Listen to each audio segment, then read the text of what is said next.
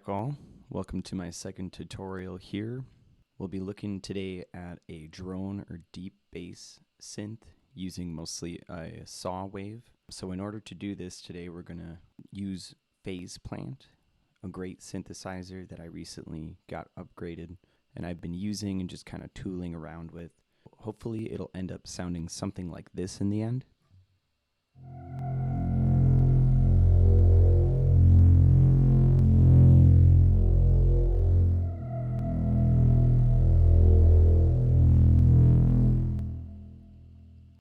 Yeah, I really like that sound because it has that cinematic high and the lower tone as well. So I like playing around with the sampler as well as an analog generator or like a wavetable within Phase Plant. So let's get into it here.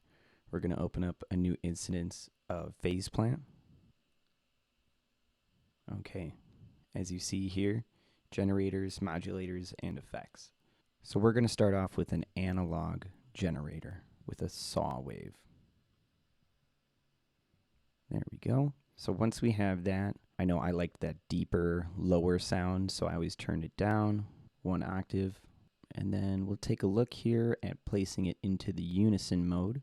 What this does is it spreads it out into multiple voices. We're going to go up to 6, and then with the spread here, we're going to turn it to 28%, or around there. You can play with it, of course. As well as with all of these different adjustments, so feel free to play around. As for the sync, I know I turned it up to 1.5 or so, somewhere in there. Makes it really gritty, really cool sounding. So far, you'll see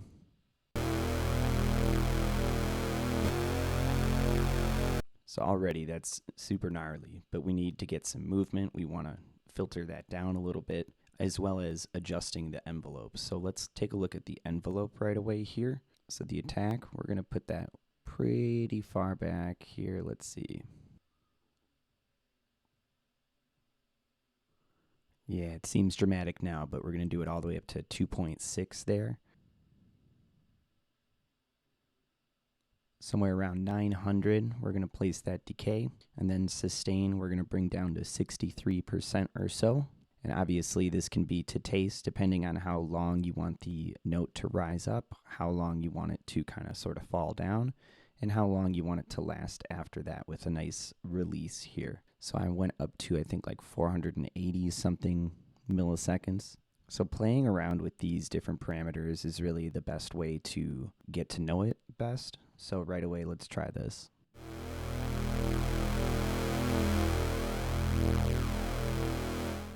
A little bit of movement in there, I like it. And so if you go and look at that sync, I think this is really cool to play with too. So let's just try this out a little bit.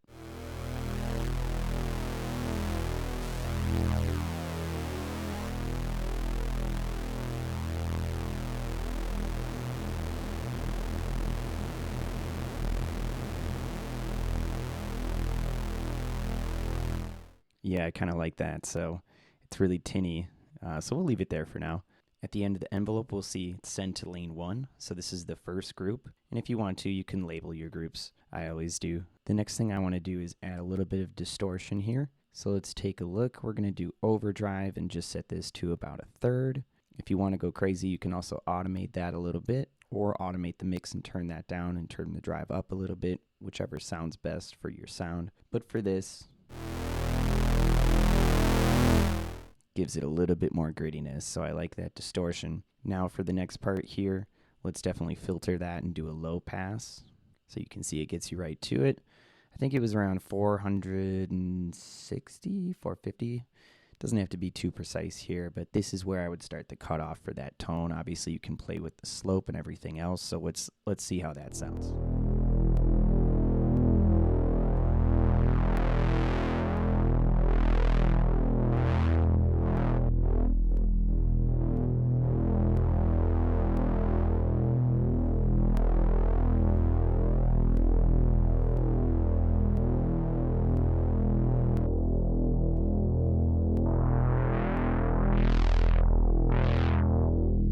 Much more dramatic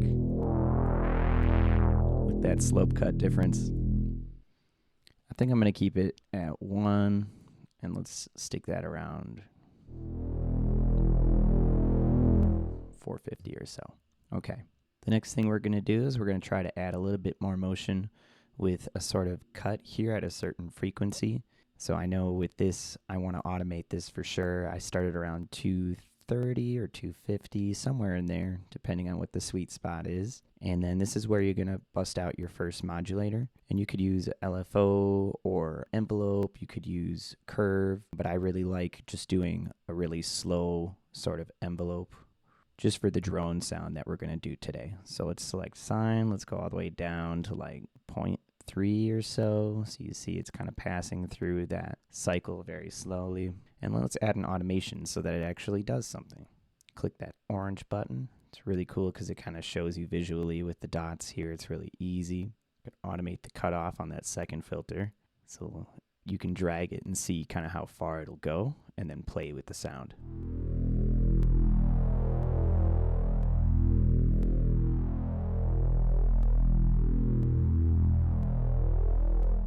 Very cool. So I only went up like, what, 14%?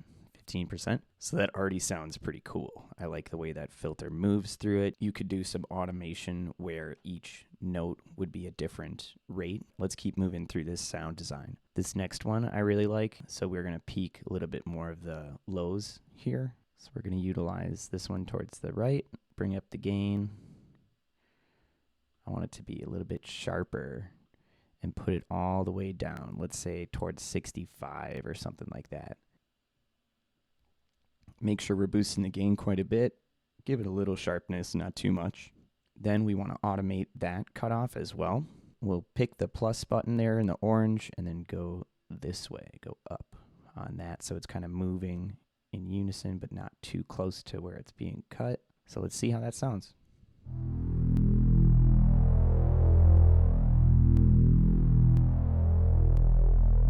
Okay, pretty good so far.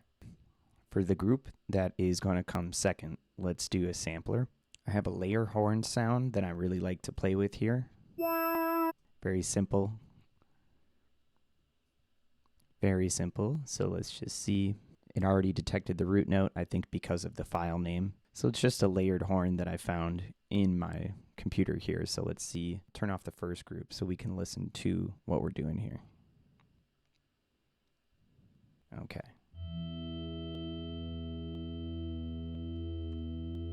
So this would be the loop feature here, and this marker is where you start your sample from. So let's try doing this.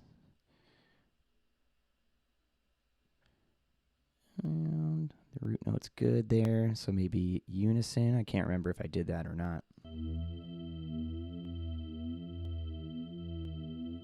Oh, that's cool. It's kind of weird. We'll hold off for now. Give a bunch of attack like we normally would.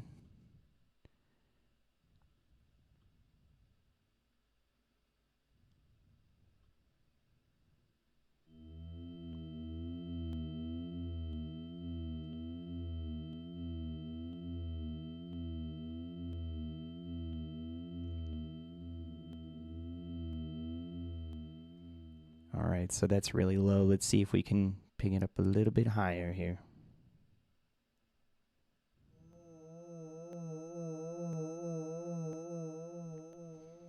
There's that crazy high pitch that I can hear in there. So I definitely want to throw a little filter on that. Let's see if we can do that here. The little dash line in the middle allows me to do that.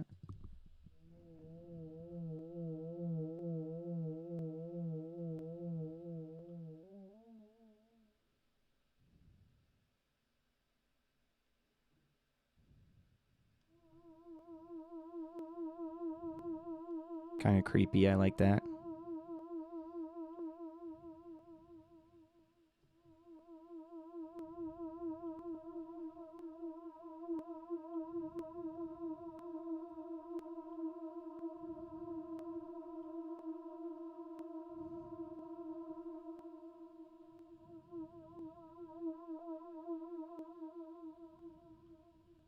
Okay, so just spreading that out a little bit, trying to do the unison feature.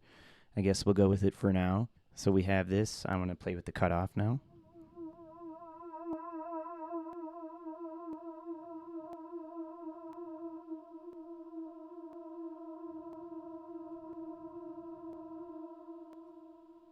I like that.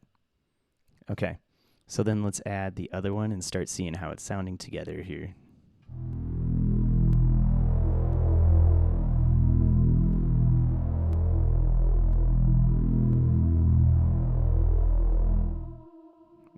Okay. So I know there's a little bit of low end in the sample here that I kind of want to get kicked out a little bit. So let's see if we can pocket this a little bit.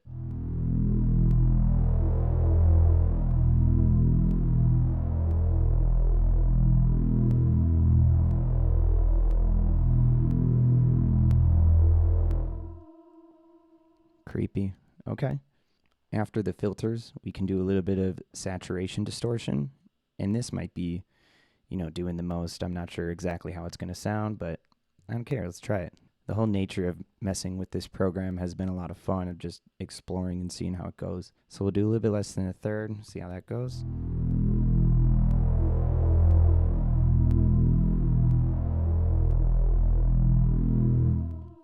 And I'm just turning the gain down a little bit. Let's send this one to lane 2. And I'm going to change the effects lane of lane 1 to go straight to lane 3 so we can mix lane 2 independently. So let's take a look. Basically, this would be group 1, this would be group 2, and this is them together.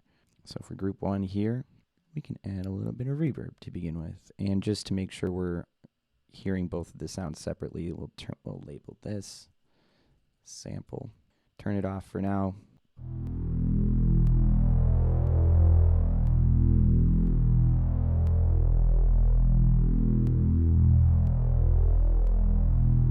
Let's see what this harmonic adjustment will do here.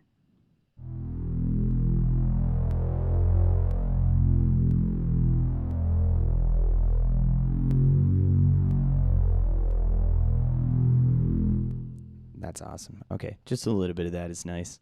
We can try doing some phase modulation as well, but let's try that after we add a little bit of effects here. Might want to play with that mix. You can automate all this stuff, which is really awesome, just by clicking the plus sign. So I really like that feature. Very visually easy to handle. Next, we'll do a multipass. And one of my user favorites has been the NOTT. Really nice compression series. If you want to look into it, you can, but different dynamics for different bands. Multi-band processing. There's a transient shaper. A lot of really cool modules here. So let's hear how that is. Turn down the mix a little bit. Output gain up a little bit.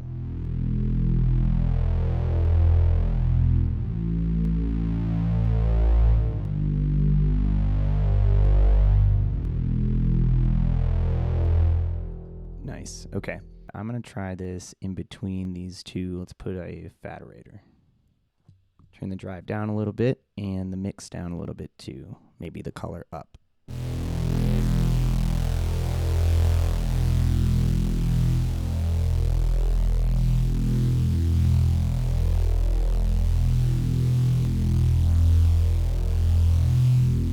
Fuzz down too a little bit.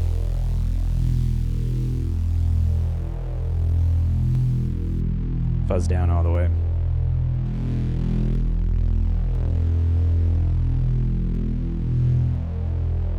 Then I'm actually going to do that automation on the drive as well as the mix, I think.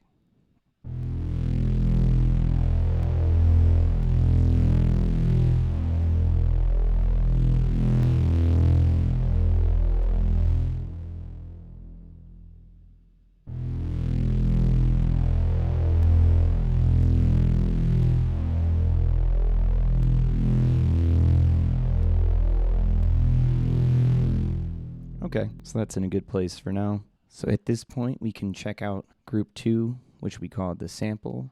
Turn that on. That'll be going through lane 2. So again, we want to add some reverb and I think a little bit of delay here.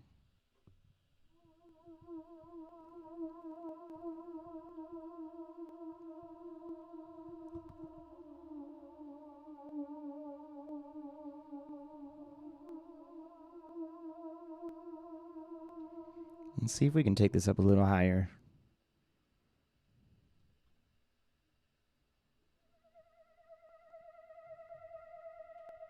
Oh, I like that much more. Okay. With the soaked reverb, it's nice. So let's turn that back up a little bit. Very cool. I like that a lot. Slap some delay on there too. And you could do this any way you want to with the timing, but for now, we're going to do sync. We'll do 1/4, see how that sounds. Ping pong it.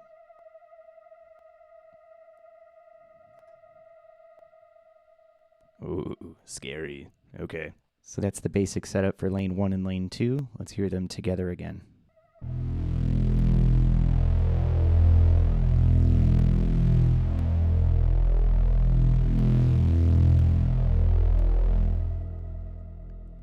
I want to take a little bit of the highs down from group 1 and a little bit of the volume up to group 2. So let's see, turn this gain up a bit.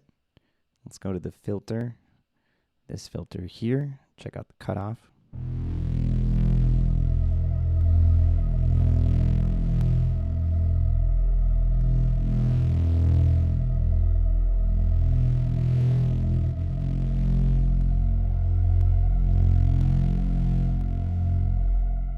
Oh, that's creepy stuff. I love it. October special here. Halloween joint. All right, so then lane 3, let's see. I think I just did some simple distortion, saturation to kind of glue it together a little bit.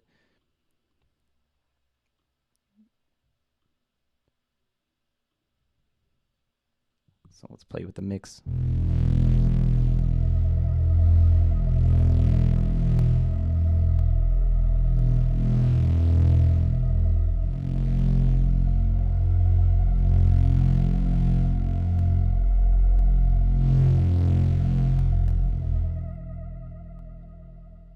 Okay, so looks like that's as far as I'm really going to go here. If you want to, you can always take a look at group 2, doing some frequency modulation with the green plus. So you can add as many oscillators as you want, as many sounds as you want. And you can actually continue to modulate them like a chain if you want. This is pretty cool. I like to play around with the phase, so I don't know if this will sound good or even great, but let's see.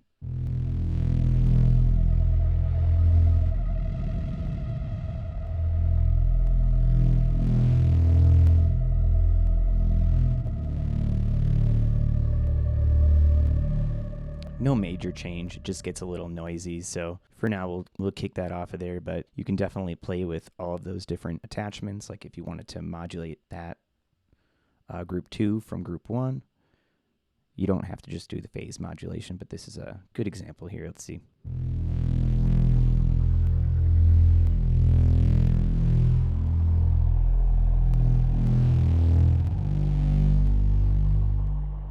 Oh, that's kind of crazy sounding. Let's do this.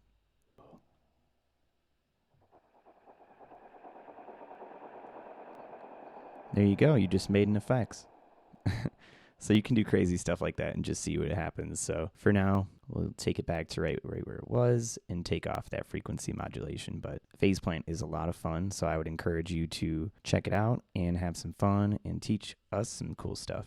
I guess I'll be back with an effects tutorial soon, because that's a pretty cool sound. All right, everybody. Well, thanks for joining me for another synth tutorial. Hopefully this wasn't too complex. If you have any questions or anything that you'd like to add here, definitely let me know, because I'm always learning every day, and I just appreciate the chance to show others what I've learned so far. And Phase Plant is definitely really awesome. So I encourage you to look into it. Definitely like and subscribe if you want to follow for more tutorials and synth patches in the future. Peace.